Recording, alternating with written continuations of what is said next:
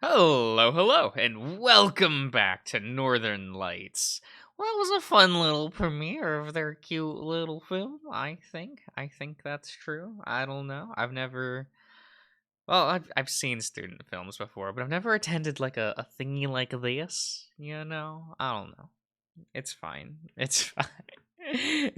I wasn't a film student. I was just like is it fine arts? I don't know. I forget what category I was in at this point. It's been a minute.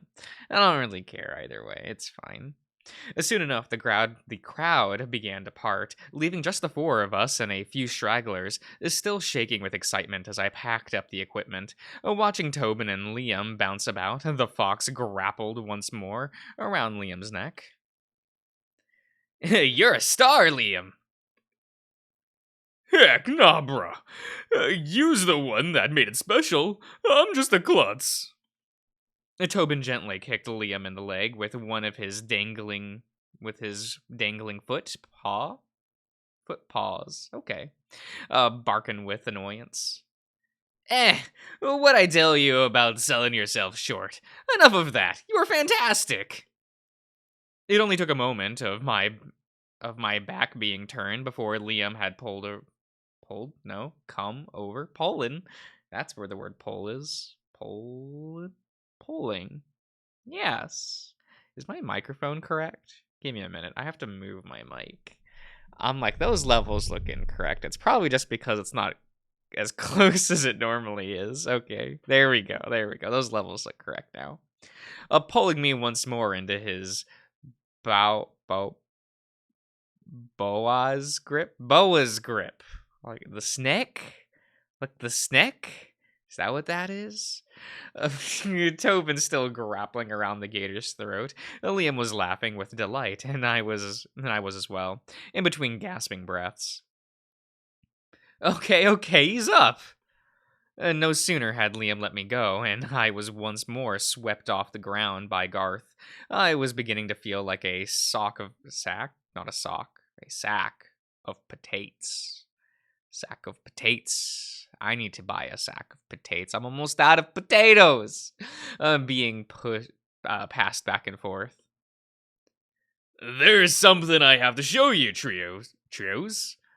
Before I let you get underway, come along. Liam and Tobin followed close behind as Garth carried me and led me to the brick wall that separated the courtyard from the restaurant interior. He was just still holding this little otter. He was just, I'm gonna take this otter and leave. A large tarp was was covering whatever he wanted to show us. The bear set me down and moved over to the wall, grasping the tarp, smiling warmly at the three of us. You boys know you'll always be special to me. If not for y'all working so hard for a year, just out of kindness, this restaurant wouldn't still be here. It was only 2 years back when the gas crisis was still making everyone hurt. Garth's restaurant was our favorite, and he'd clearly been struggling to keep it going. The work was tough, and we spent a year volunteering our time to fill out the jobs. Yes, he had to cut to stay afloat. The four of us had bonded tightly in that time, an unbreakable friendship. Reckon it's about time you got a little recognition. Garth pulled the tarp down from the wall, revealing a large framed photograph. It was the four of us gathered in the kitchen, some of us covered in flour, a joy on our faces. I remembered that morning well, the bear teaching us how to make his famous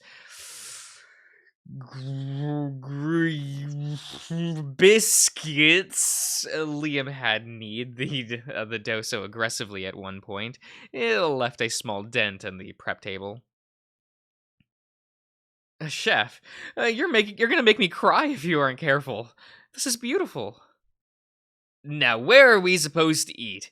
Everyone will be pining over us. The fox spoke in a joking manner. I'm having some troubles, guys, but I'm always having troubles. It's my status quo, you know. With a laugh out of Liam, the gator gently butted up against the fox. Shush up. If that movie is anything to go on, we'll have to get used to some attention one day. Garth took out 3 envelopes and handed them to each of us, a copy of the photo for us to keep. I held it close to my chest for a moment, sighing peacefully. Thank you, Garth. Oi, mercy! Is that like, I don't know how that's supposed to be pronounced, guys. I can't accent. Can't do thing. No. No, I cannot. I don't accent. I can't. Do I have an accent? I don't know. I'm too weird for this. Oh, we'll do it again if you ever need us to. Thank you, boys. From the bottom of my heart. Your family in my eyes, and will always be a part of this place. Garth yanked me off the floor for one last hug, crushing me into his figure, chuckling with delight. The laughter was a little cracked. Okay. Trying to hold back the sadness that lingered in the moment. Don't be a stranger now. Drop me a letter when you can. Letters? When's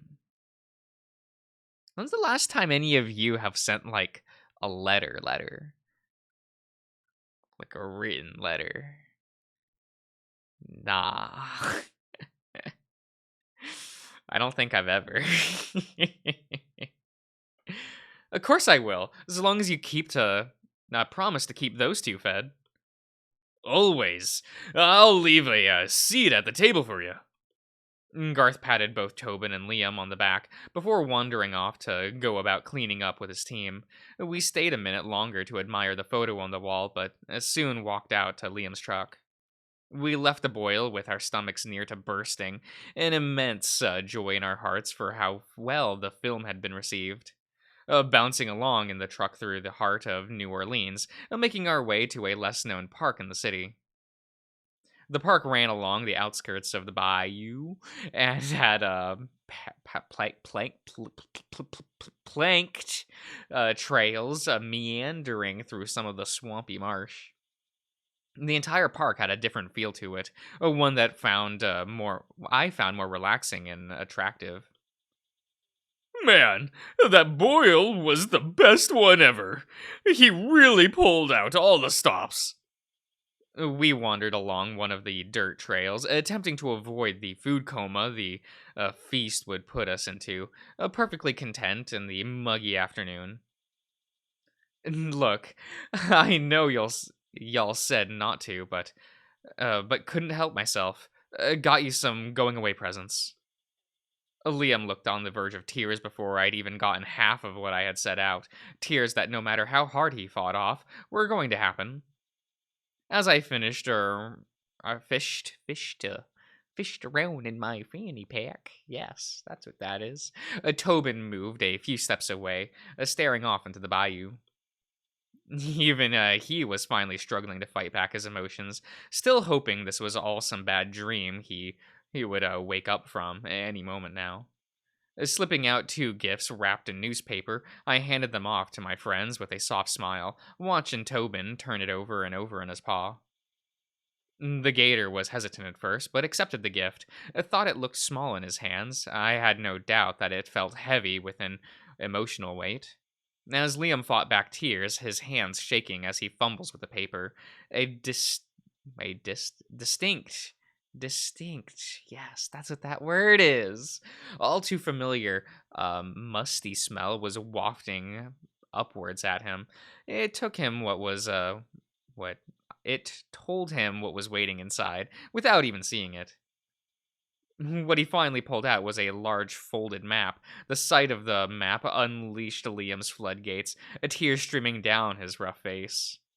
He'd always been the softest one, and not that we ever minded. However, the outburst caught the immediate ire. Ire. I hope that's what this word is. It's not an ear. It's an ire, right? Of Tobin. Get a hold of yourself. It's just a damn map. Of course, Tobin knew it wasn't just an old map. It was one of my prides and joys, the past 10 years of our adventures together, all contained and plotted out on a sacred parchment. Every shortcut, filming location, vantage point, and secret hangout spot, it had been years in the making and served as a timeline of most of our friendship. Liam continued to sob, his hands shaking as he held onto the map. Tobin huffed and began to unwrap his gift.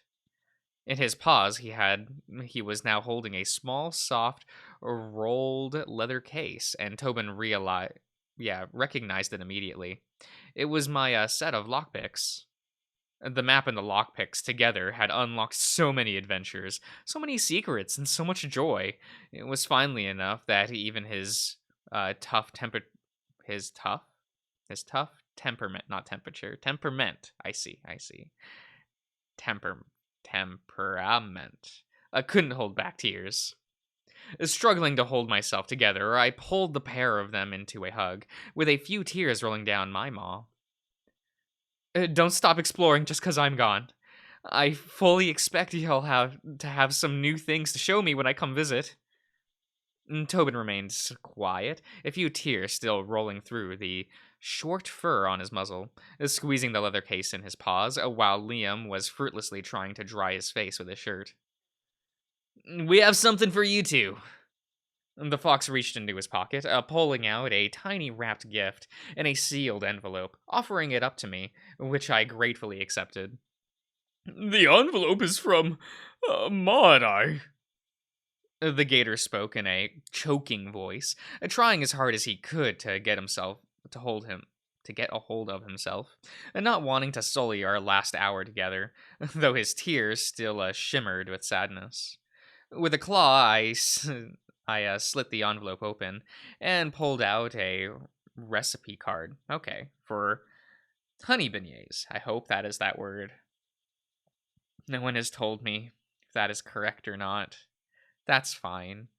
That's Wait, only the first video was uploaded, I think. That's fine. It's whatever. Oh man, is this your Ma's recipe? Not even du monde.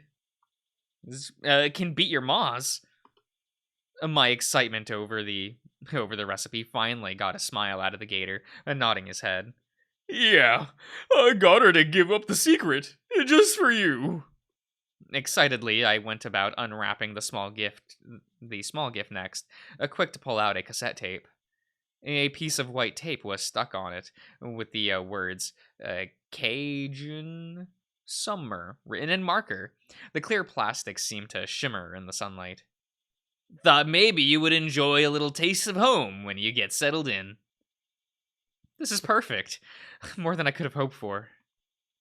Both of my friends were smiling over the joyful look on my face. They'd always known I preferred simple gifts. Come on, let's grab some shade. The three of us took to lay on the grass under a large willow tree, my eyes watching the wispy trees dance in the gentle evening breeze. I still can't believe it. I want it to not be true. Is summer really over? It's not fair, damn it! Tobin and I glanced over at the gator for the second time that day, seeing the rare sight of Liam even showing a hint of anger, let alone be vocal about it. It's my fault. Waited too long to apply for the scholarships and stuff. I guess I put too much hope in believing my pa would change his mind. At least I'm finally done with him. Can do my own thing, not be some dang walking trophy case. Well, at least one good thing came of the way he treated you. You stayed in the same grade as us, instead of skipping. Yeah, his one good deed hassled him enough to let me stay where I was. School sure was heck didn't care how I felt about it. Taking a deep breath, puffing out my chest before imitating? Okay, the voice of my father. You'll never get anywhere in life taking shortcuts, Cody. Have to take the long way. Heck, what does he know about getting somewhere in life? Not a damn thing, if you ask me. Just forget it. Ain't nothing we can do about it now. It's not all bad, though. Maybe we can come for a visit during winter break. Yeah, bro, that would be a blast. Can show up all the new art stuff you learn. Okay. That was a beeper. Is it gonna keep beeping? No. Okay. Okay. A soft beeping broke the conversation, the alarm on my watch letting me know the Reaper had come at last. The simple beeping put a painful weight on my chest, planting me to the ground. Reluctantly, we all stood up, quietly making our way back to Liam's truck. I smiled softly as I was squished in the middle once more. The pressure of the two against me in the moment made me realize I was going to miss the small things the most. After all, these years, I could hardly think of a day in my life where we weren't doing something together. Oh, that looks a bit quiet in the levels for the game audio. Here, let me turn that up for you guys. There we go. There we go. That'll be nice. Yes, yes, yes. What is this? Knowing this would be the last moment for a while, where we'd still be enjoying each other's company, was almost unbearable. The final truck ride together was a grueling experience. Every green light, every mile further was painful. None of us could even muster the emotional strength to talk as Liam pushed on. Until we parked in the lot of the bus station, a depressing sight cast in the glow of dusk light, and I let out a heavy sigh, climbing out of the truck. This is really it, I guess. Tobin huffed, looking at the pool of buses idling away. Watching crowds of people mill about, Liam was shaking something fierce, helping to pull my bags out of the truck. Only for now. Sometimes we just gotta go where the current takes us, bro. Wait, what does it say? You sure about this, Cody? Mom might let you stay at our place. I can't impose like that.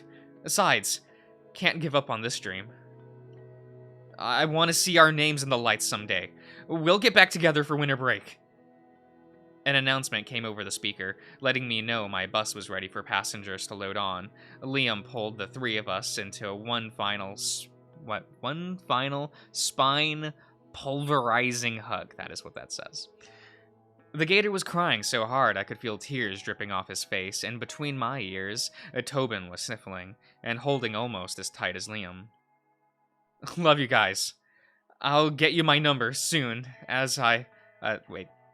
I'll get you my number soon as I get a phone. Okay, that's what that says. Safe travels, Cody. Adieu for now. Adieu? Adieu. Yes? Is that what that says? Is that how that's pronounced? Probably not. We can get there one day. No, I won't. I'll convince my ma to send you more recipes, okay? You show all of them that what proper food is. Of course I will. After one last hug, I took my bags and climbed onto the bus, finding a window seat, looking out at my friends who were waving. They stayed for the last few minutes until the bus started rolling away. So off I go on a journey into the terrifying unknown, far from the city I've lived in my entire life. Heading to a college in a town that might as well have been on the other side of the world in my eyes. Even as the miles wore on, the feeling of doubt lingered heavy in my heart, wondering if I should just try and go back, live on the streets if I have to. At least then I'd still be with my friends. Though, as miserable as I felt, I couldn't deny that was a tiny spark of excitement. Each bus transfer on the journey was another reminder that I was on my own, making my own decisions, and no longer afraid of my paw. The week-long trip had been a blur, through the swamps of Louisiana, past the boundless plains of Texas and New Mexico, wound through the majestic mountains of Colorado, and long stretches of complete isolations in Wyoming. I am surprised I got that. I hope that's Wyoming. Is that right? Is that Wyoming? Is that how that's spelled? I don't know things. You're lucky I also got Colorado instead of Colorado. Colorado? We'll put a pin in that one. We'll put a pin in that one, folks. Until at last I was on my final bust, slipping into Montana. Fragrant pine trees were plentiful, and quivering leaves on aspen trees were beginning to show Small shades of vibrant color. It was the first time in the journey that I truly felt happy. Where's Montana? Is that a place? Is that a state?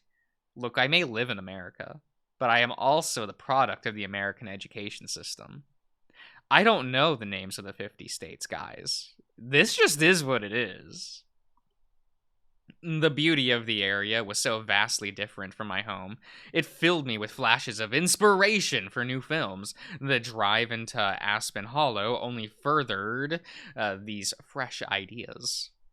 I took in every detail of a small town that had grown out of the Wild West days. Every home was distinct and worn down, surrounded on all sides by mountains. As the bus rolled through the town and towards the heart of it, the newer buildings and homes were changing out for older edifications. We'll go with that. We'll go with that.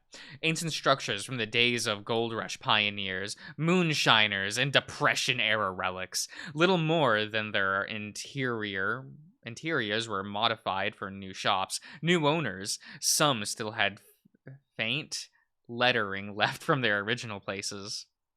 It wasn't until we passed through the heart of Aspen Hollow that a realization struck me. It felt like there was a distinct sadness behind the town. Just about everything there looked like they'd passed from generation to generation. Buildings that were little more than a ball and chain, keeping the hopeful from doing something more than their lives. When the bus finally came to a stop, I was the only one to get off, lugging my 2 duffel bags and backpack off, and out into the open air, immediately bathed in a fragrant scent of towering pine trees. Fumbling around in my pocket, I pulled out a small list of directions, telling me how to get from the bus stop to the motel I'd be staying. All right, we'll end the part here, everyone. So I'll see you guys around.